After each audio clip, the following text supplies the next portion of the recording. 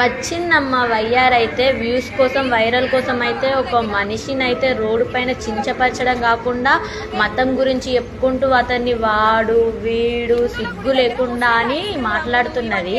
మరి రేపు ఈమెకేమన్నా యాక్సిడెంట్ అయ్యి రోడ్ పైన ఉంటే ఆటో ఒకవేళ ముస్లిం అయిన వచ్చి ఆపితే ఎక్కదేమో, నేను వచ్చిన పర్లేదు నాకు హిందూ ఆటో వస్తేనే ఎక్కుతా అంటదేమో. మరి నాకైతే వింతగా అనిపిస్తున్నది. కొత్తగా ఈమెయితే వైరల్ గానికైతే దిగింది. మరి ఇక్కడ వేస్తంబాల గుడి కాడ సరే మేము మాట్లాడడం నాకైతే అస్సలు కరెక్ట్ అనిపించలేదు. మరి మన వాళ్ళు పోవట్లేదా చార్మినార్ అని అన్నారం కూడా అందులో ముస్లిం దేవుడు ఉంటాడు కదా. ఈమె అంత వింతగా మాట్లాడేది కాక పాపం రోడ్డు పైన అయితే వాళ్ళనైతే చించపరుచుకుంటూ మాట్లాడుతుంది.